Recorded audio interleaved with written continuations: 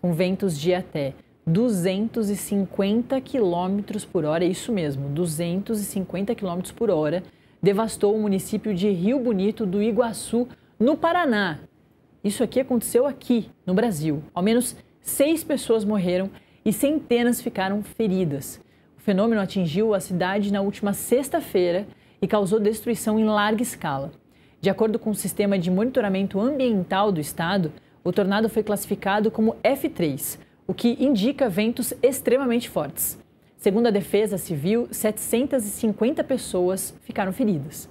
5 das vítimas são de Rio Bonito do Iguaçu e uma de Guarapuava, na área rural. Em Rio Bonito do Iguaçu, as vítimas são 3 homens de 49, 57 e 83 anos e 2 mulheres, uma de 14 e outra de 47. A vítima de Guarapuava é um homem de 53 anos. O governo do Paraná destinará cerca de 50 milhões de reais do Fundo Estadual de Calamidade Pública para ajudar na reconstrução no município de Rio Bonito do Iguaçu. Vamos falar mais sobre esse assunto, entender por que teve toda essa violência com o Márcio Astrin, que é secretário executivo do Observatório do Clima. Márcio, é um prazer falar contigo, infelizmente, de um assunto trágico, né? Desse tornado que por poucos minutos devastou essa cidade pequena ali do Paraná. A gente no Brasil vem vendo alguns desses acidentes climáticos, enchente no Rio Grande do Sul no ano passado, esse ano agora com esse tornado no Paraná. Ele foi muito mais forte do que as agências climáticas conseguiam definir. A gente na semana passada eu falei bastante sobre a chegada do tornado, mas realmente quando chegou foi um negócio assustador. O Márcio, bom dia. Bom dia, Natália. Bom dia para você e para todos que estão nos acompanhando. Realmente, parece que caiu uma bomba, né, na cidade. Explodiu tudo o que acontecia ali, as casas totalmente destruídas, vidas perdidas. Nós temos mais de 1.000 desalojados na cidade, um número grande de feridos, como você citou.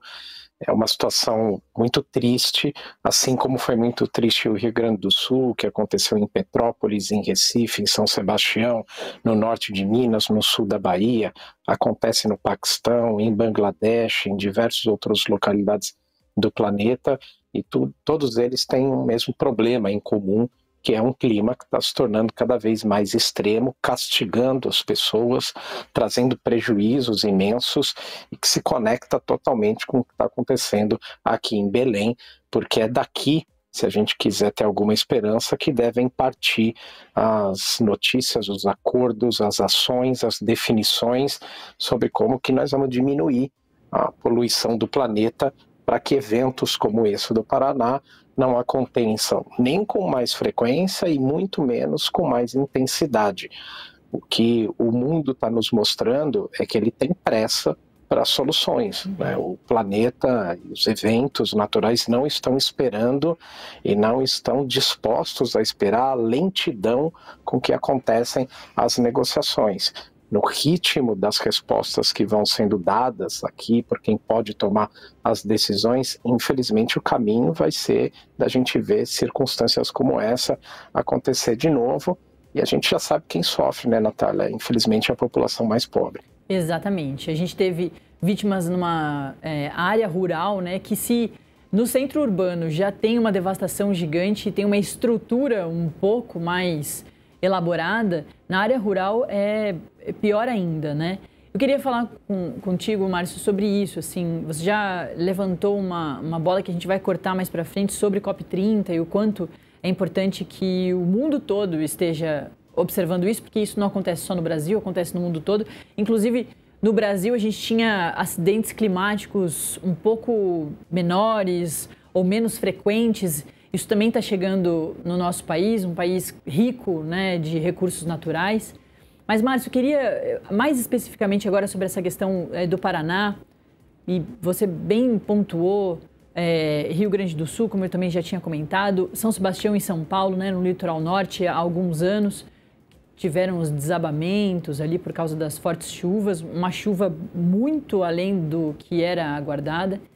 Mas também me parece que tem um ponto em comum de todas essas situações, Márcio. que parece ser um governo estadual, uma prefeitura, enfim, os governos regionais muito mais esperando a tragédia acontecer e entender que realmente foi muito maior do que uma preparação para aquilo antes, ou entendendo que vai ser uma devastação, pode ser até que seja maior do que o esperado, mas já se preparar, inclusive, para esse pós, para essa ajuda financeira e para estratégias para tentar melhorar a situação. Você entende que isso também é um problema dessas situações todas de governos regionais e, claro, o governo federal também, muito mais esperando a tragédia acontecer para daí reagir e ver o que pode ser feito, ô Márcio? Nós temos esse tipo de falha de governança, de atitude, em praticamente todos os níveis da administração, né? Inclusive quando tem essas conferências de clima, e olha que eu já fui em várias, você esbarra nos corredores com todos eles, viu, Natália? São governadores, senadores, todos eles vêm para cá, visitam as conferências, escutam o que é dito, mas parece que não ouvem, ou não compreendem, ou não levam a sério as previsões todas que são feitas e, na verdade, o quadro real que os cientistas apresentam sobre o mundo novo que a gente está vivendo, né? Você tem 3 camadas de ação que devem ser tomadas em clima. Primeiro é atacar o problema, ou pelo menos não piorar o problema. O segundo é se adaptar a um problema que já existe.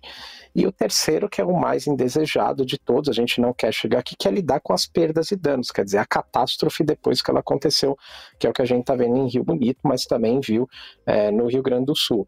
Quando a gente não ataca o problema, isso significa quando a gente não consegue parar o desmatamento, quando a gente não consegue diminuir o nível de poluição atmosférica que nós geramos, esse tipo de situação de clima extremo vai se agravando. É quase que uma circunstância matemática.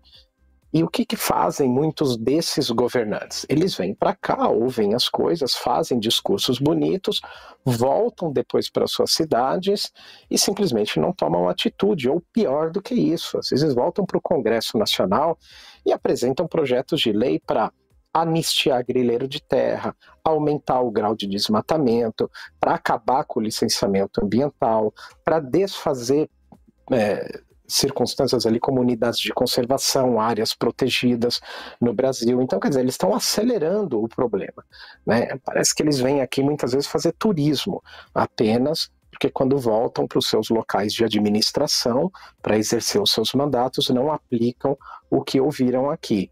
E eles estão, na verdade, ao fazer isso, praticamente, literalmente, semeando as tempestades, né? Eles estão nessa situação que nós vivemos de crise climática, eles estão do lado de alimentar a crise. Acontece isso nos governos municipais, nos governos estaduais, no Congresso Nacional, acontece isso no Executivo. Nós passamos 4 anos nesse país com um governo que destruiu toda a área de clima e a área de proteção ambiental. Está acontecendo nos Estados Unidos.